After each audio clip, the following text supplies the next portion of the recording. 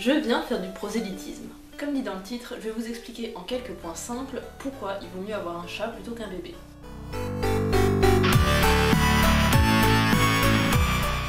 Ah oui, il faut peut-être que je précise que je ne suis pas objective, mais en même temps, les gens qui vont venir râler en disant qu'il n'y a rien de mieux qu'un bébé sont pas objectifs non plus.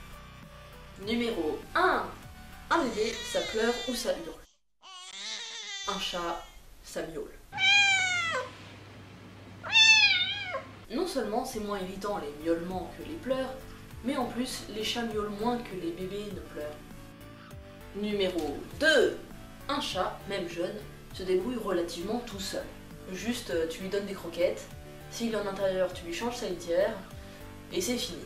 Le bébé, lui, il va falloir être derrière lui pendant 3-4 ans avant qu'il se nourrisse et aille aux toilettes tout seul. Sans parler des vomis, des bains et du sommeil, parce que même dormir, un bébé le fait pas tout seul. Numéro 3.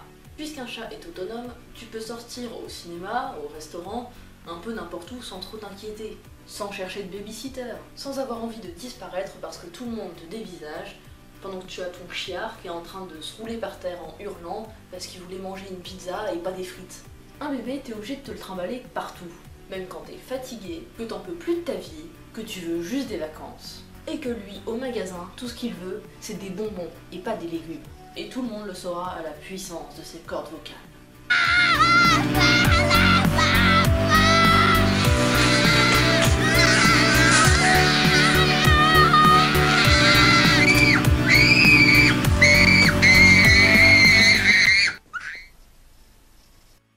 Numéro 4.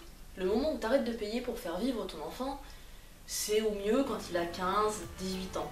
Et après, il peut continuer à avoir besoin de toi pendant toute sa vie. Un chat, il dépend financièrement de toi, certes. Mais déjà, ce que tu dois lui payer est moins cher. Et un chat, ça dure moins longtemps qu'un humain. Au bout de 15 ans, c'est plié, on peut passer à la suite. Numéro 5. Le chat, il t'aime. Il te fait des câlins. Même si c'est intéressé. Mais faut pas croire qu'un enfant est différent. À partir de ses 12-13 ans, il commence à te détester, et même pour la bouffe, il te fait pas de câlins. Pour lui, c'est normal que tu le nourrisses et que tu l'aimes. Tu peux faire ce que tu veux. Ton amour ne sera jamais vraiment réciproque. Un enfant, c'est plus ingrat qu'un chat. Je le sais, j'ai des parents. Et je leur rends clairement pas ce que je devrais. Numéro 6. Les chats sont des petites peluches vivantes qui sentent quand tu te sens mal et qui viennent te réconforter. Osez me dire qu'il existe quelque chose de mieux qu'avoir un chat ronronnant sur les genoux, nous faisant du pat-pat sur le ventre, et levant vers nous sa petite bouille de chat et ses grands yeux pleins d'amour. Et imaginez que ce quelque chose de mieux soit dû au bébé. Non, ça colle pas.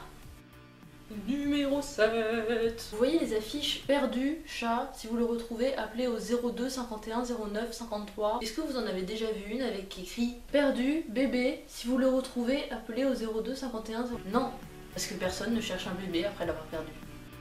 Numéro 8. Quand tu dis que tu veux pas d'enfant, il y a toujours une bande de gens qui te dit que tu vas changer d'avis, et puis tu verras quand tu seras plus vieux, et qui sont même pas capables d'imaginer que ça puisse vraiment être un choix. Alors que si tu dis à qui que ce soit que tu veux pas de chat, tout le monde s'en fout. Ouais, c'est hors sujet.